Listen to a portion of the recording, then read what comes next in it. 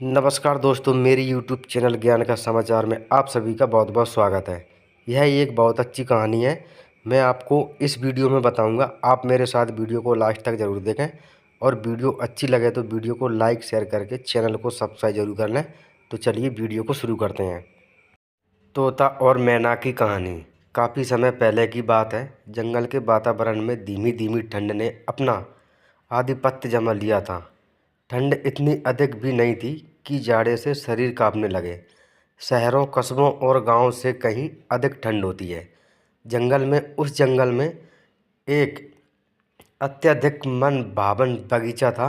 उसी वन में आम के घने वृक्ष की एक खोह में तोता अपनी मैना और बच्चों के साथ सुखपूर्वक रहता था।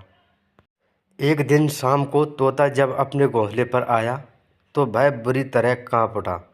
उसका किसी निर्दयी ने सब कुछ लूट लिया था। वह पेड़ कटा हुआ था जिसकी खोह में उसका घोंसला था, जिसमें वह अपनी मैना और बच्चों के साथ सुखपूर्वक रहता था। पेड़ कटने की वजह से उसका घोंसला उजड़ गया था। उसकी मैना और बच्चे वहाँ नहीं थे। तोता काफ़ी दुखी हुआ। यही तो उसका निवास था, जहाँ वह दिन भर ही मेहनत के बाद अपनी मैना के साथ विश्राम किया करता था। किस्सा तोता मैना।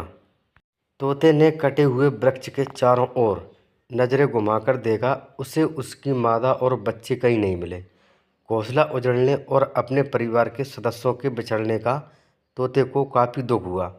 वह सोचने लगा, भगवान ने इस संसार को इसलिए बनाया है कि सब प्राणी एक दूसरे से प्यार करें, एक दूसरे की मदद करें, लेकिन कुछ लोग इन नियमों को भूलकर दूसरों को कष्ट पहुंचाते हैं। यह सब सोचते हुए बेचारा तोता चुपचाप सिर झुकाए एक जगह बैठ गया।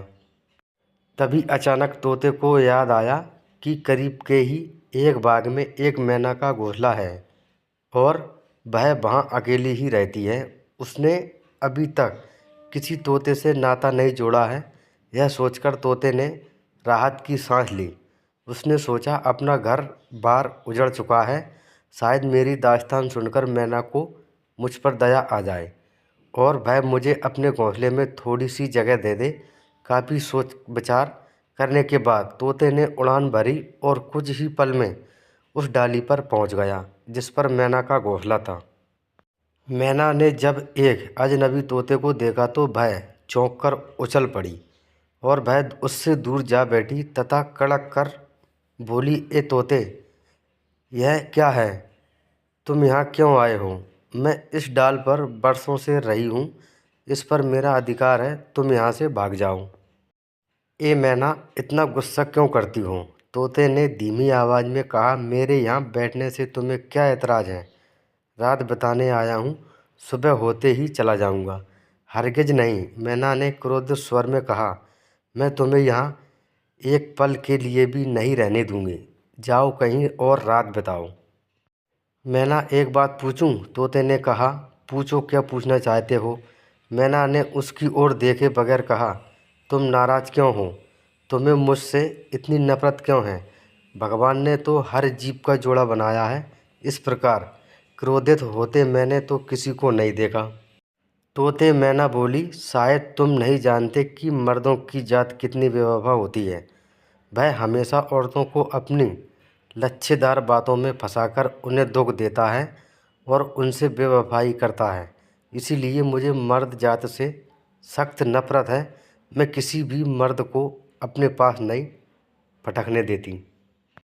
लेकिन सब मर्द तो एक जैसे नहीं होते, तोते ने कहा।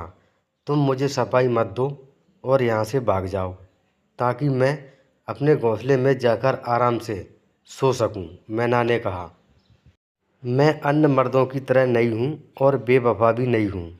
रमणीक द्वीप के जंगल के बाग में एक आम के पेड़ की खोह में मेरा घोंसला था, जहाँ मैं अपने बीवी बच्चा के साथ आराम की ज़िंदगी बसर कर रहा था। लेकिन किसी दुष्ट ने उस पेड़ को काट डाला, जिससे मेरा घोंसला उजड़ गया। मेरे बीवी बच्चे मुझसे बिछड़ गए हैं। इसलिए आज की रैन मुझे यहाँ बिताने दो। तोते ने मैना से विनती करने वाले अंदाज में कहा। मैं तुम्हारी बातों में नहीं आने वाली तोते। मर्द ऐसी ही बातें करके औरतों को बहला फुसलाकर उनके साथ बेवफाई करते हैं। लेकिन सब मर्द तो एक जैसे नहीं होते, मैना तोते ने कहा। मर्द सिर्फ मर्द होते हैं, वह मर्द ही क्या जो बेवफा ना हो। अगर तुम मर्दों की ऐसी वकालत कर रहे हो तो मैं तुम्हें मर्दों की बेवफाई की एक दास्तान सुनाना चाहती हूँ। मैना ने तोते से कुछ दूर हटकर कहा।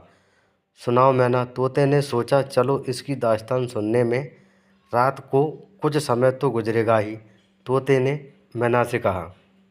हाँ मैना, ज़रा ध्यान लगाकर सुन। यह कहकर मैना ने मर्द की बेवफाई की एक दास्तान सुनानी शुरू की। किस्सा तोता मैना का अगला भाग, सनम बेवफा। तो दोस्तों, मेरी वीडियो अच्छी लगी हो तो नीचे कमेंट बॉक्स में ज़रूर बताएं। धन्यवाद।